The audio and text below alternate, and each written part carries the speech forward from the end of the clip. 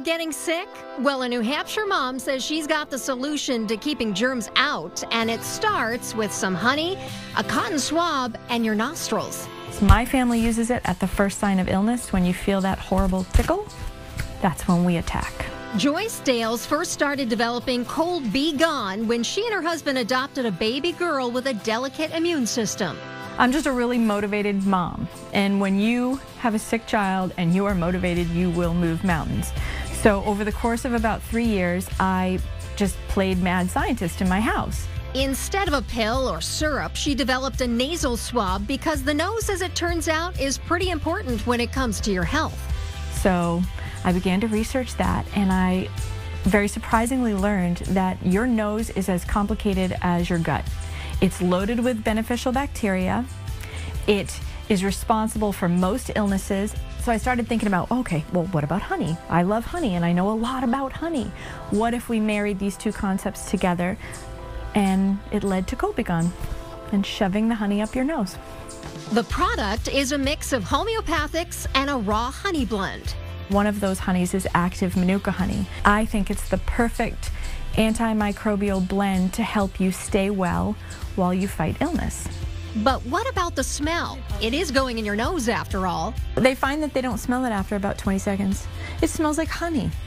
And we just put in a tiny bit of lime and lavender essential oil as a blend just to keep it consistent, because every batch of honey from season to season has a very unique smell. Joyce says once people try her product, they're hooked.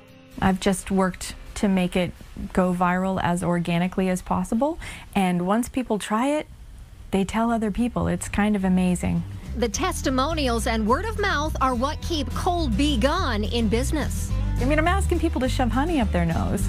So, and I'm just a mom, and you know, I just have to put it out there and hope people like it.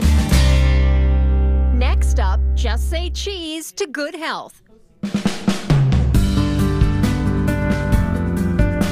As an immunologist and an allergist and a pulmonologist, I see patients who have immune compromise. I see kids, I see adults that have immune compromise. And so I am looking for ways to be able to enhance their immune system, to protect them, and to make them healthier. Dr. Mark Wint and his wife Roxanne Barnes say they've solved that problem by creating a cheese packed with probiotics. So by able to produce what nature has done naturally with raw milk cheese, I have now tried to and have succeeded in producing a pasteurized cheese that probiotics have been added back into. Whether you like regular cheddar or savory pepper, according to the Probiotic Cheese Company, their curds are a fit food that will give your body a boost. The cheese is to die for. It's really good cheddar cheese, but that's not the main thrust of this. And our ingredients are so expensive. I mean, the probiotics are the best of the best. The cheese literally is the best of the best. Sugar-free, carb-free, the product is flying off the shelves. 40% of our business is to moms for their kids, and they can put it in their lunches. This team of two has big plans for the Probiotic Cheese Company, and their motivation? Well, it's simple. Helping people. That's what I do for a living. That's what's in my being. That's who I am, and that's what I wanted to do. The next healthy, bright idea takes us to an unlikely venue, a brewery.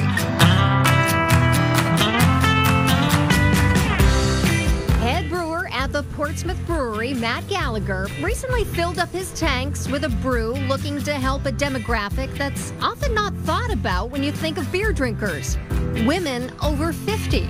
I thought, I don't know, it was probably on a walk one day with my dog. It's like, oh, you know, a beer with herbs that is for women to help soothe a lot of the things that happen to us when we're in menopause. So that was sort of where the idea came from.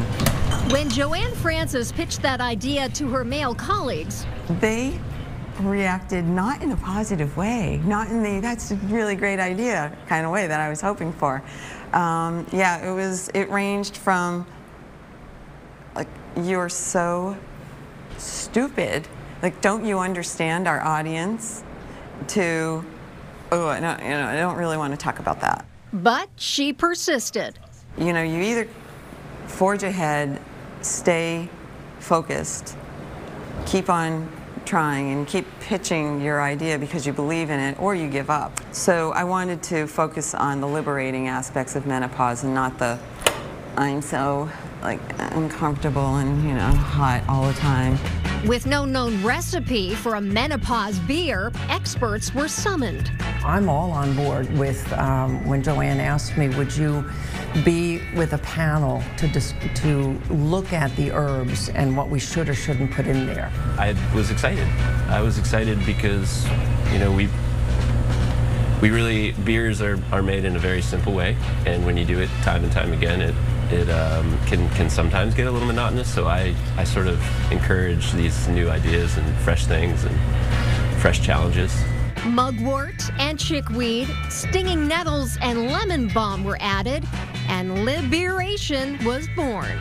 It's got a little bit of body, a little bit of depth, a lot of complex flavors. The reviews?